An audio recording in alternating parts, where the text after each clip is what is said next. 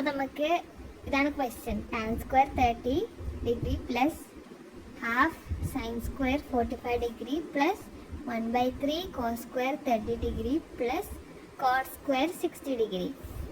ഇത് നമുക്ക് എന്താ കിട്ടേണ്ടത് വെച്ചാൽ, നമ്മളെന്താ ആദ്യം എഴുതേണ്ടത് വെച്ചാൽ ടാൻ 30 എത്രയാണ് എഴുതാം. ടാൻ 30 നമുക്ക് ആ ടേബിളിൽ നിന്ന് എടുത്തിട്ട് എഴുതാം. ടേബിൾ പഠിക്കണം. ടേബിളിൽ 1/√3 ആണ് ടാൻ 30യുടെ വാല്യൂ. ഇനി സൈൻ 45 ഡിഗ്രി. സൈൻ 45 ഡിഗ്രി എത്രയാ? 1/√2. എല്ലാ ടേബിൾ ഉണ്ടാവും. ആ ടേബിൾ പഠിച്ചാൽ ഇതെല്ലാം എഴുതാൻ പറ്റും. Cos 30 degree. സൈൻ 45 ഡിഗ്രി നമ്മൾ എഴുതി. ഇനി കോസ് 30 ഡിഗ്രി. കോസ് 30 ഡിഗ്രി എത്രയാ? √3/2. ഇനി cot 60 degree. Cot 60 degree. Cot 60 degree 1/√3. ഇനി നമ്മൾ ഈ വാല്യൂസിനൊക്കെ ഇതിലിട്ട് കൊടുക്കാം. ഓക്കെ, നമുക്ക് നോക്കാം. ടാൻ സ്ക്വയർ 30 ആണ് ഉള്ളത്. അപ്പോൾ 1/√3 സ്ക്വയർ ആവും.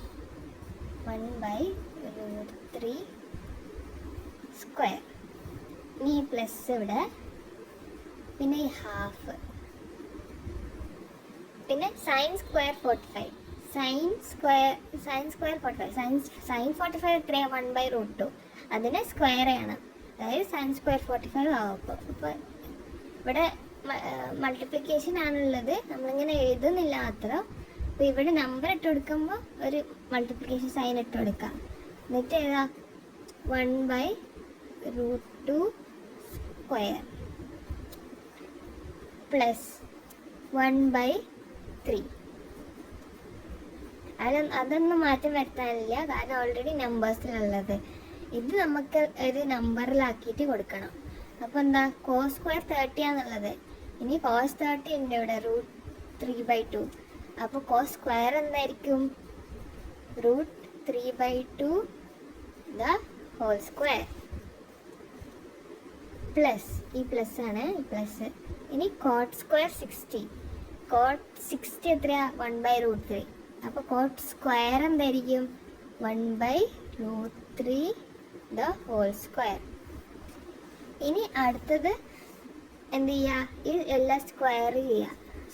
എല്ലാത്തിനും സ്ക്വയർ ചെയ്യുക. അപ്പോൾ 1/ സ്ക്വയർ ചെയ്യാന്ന് വെച്ചാൽ 1/ അതേ നമ്പർ അതിനോട് തന്നെ മൾട്ടിപ്ലൈ ചെയ്യുക. അപ്പോൾ നമുക്ക് എന്താ കിട്ടുക? 1 × 1 എന്താ? 1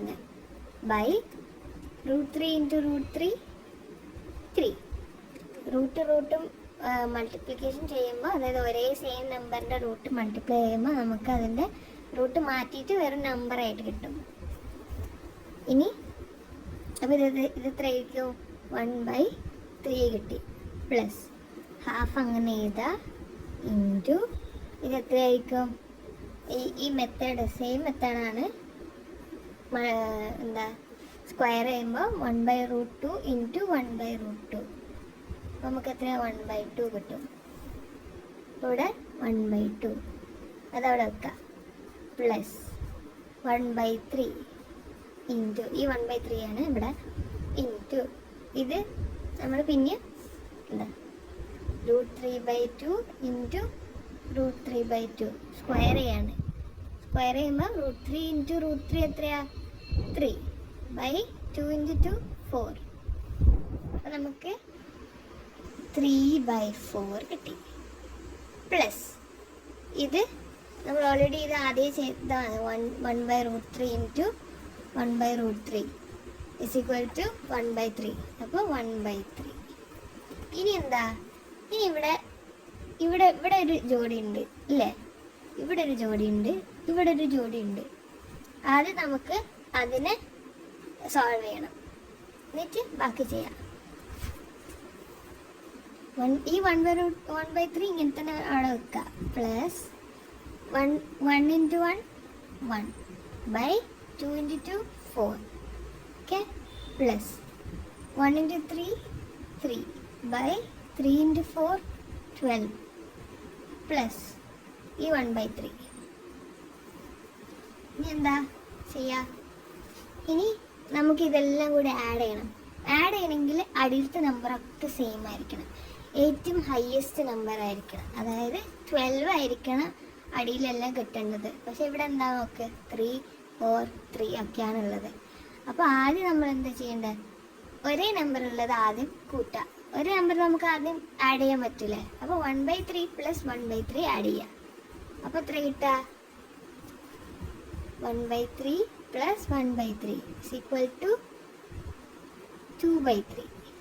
അപ്പം നമുക്ക് 2/3 എന്ന് എഴുതാം. ഇത് രണ്ടും കൂടി ആഡ് ചെയ്തിട്ടാണ് 2/3 കിട്ടിയത്. പ്ലസ് 1/4, ഈ നമ്പർ 1/4 + 3/12. ഇത് നമ്മൾ ഓൾറെഡി ആഡ് ചെയ്ത്. ഓക്കെ, പിന്നെ ഇതും ഇനി എന്താ ചെയ്യണ്ടേ, ഇനി ഇത് വേറെ നമ്പറാണ്. 3 ആണ്, 4 ആണ്, 12 ആണ്. ഇതിൽ ഹയസ്റ്റ് ഏതാ, 12 ആണ്. അപ്പോൾ ഇത് രണ്ട് 12 വരുന്ന മാതിരി ആക്കണം. അപ്പോൾ ഇതെന്താ ചെയ്യേണ്ടത്, ഇത് അങ്ങോട്ടും ഇങ്ങോട്ടും മൾട്ടിപ്ലൈ ചെയ്യുക, ഇങ്ങനെ മൾട്ടിപ്ലൈ ചെയ്യുക. അതായത് 2 × 4 എത്രയാ, 8 + 3 × 1 എത്രയാ, 3 / 3 × 4 എത്രയാ, 12 പ്ലസ് ഈ 3/12 അങ്ങനെ തന്നെ എഴുതാം. ഇനി ഇപ്പുറത്തെ ഏതാണ്, താഴെ സ്ഥലം ഇല്ലാത്തതുകൊണ്ട് 8 + 3 എത്രയാ,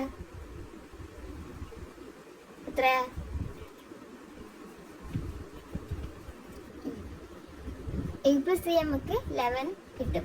11/12 പ്ലസ് ഈ 3/12. ഇപ്പം രണ്ടും ഒരേ നമ്പർ ആയില്ല അടിയിൽ. ഇനി നമുക്കിത് ആഡ് ചെയ്യാൻ പറ്റും. അപ്പം എത്ര ആൻസർ വരിക, 11 + 3 11, 14/12. ഇനി നമുക്ക് ഇതിനെ കുറച്ചുകൂടി ഡിവൈഡ് ചെയ്യാൻ പറ്റും. എങ്ങനെയാ, 14 അതായത് 2 കൊണ്ട് 2 കൂടി ഡിവൈഡ് ചെയ്യുക. 2 കൊണ്ട് ഡിവൈഡ് ചെയ്യുമ്പോൾ 2 7s are 14, 2 6 are 12. അപ്പോൾ നമുക്ക് ആൻസർ എന്താ കിട്ടുക, 7/6.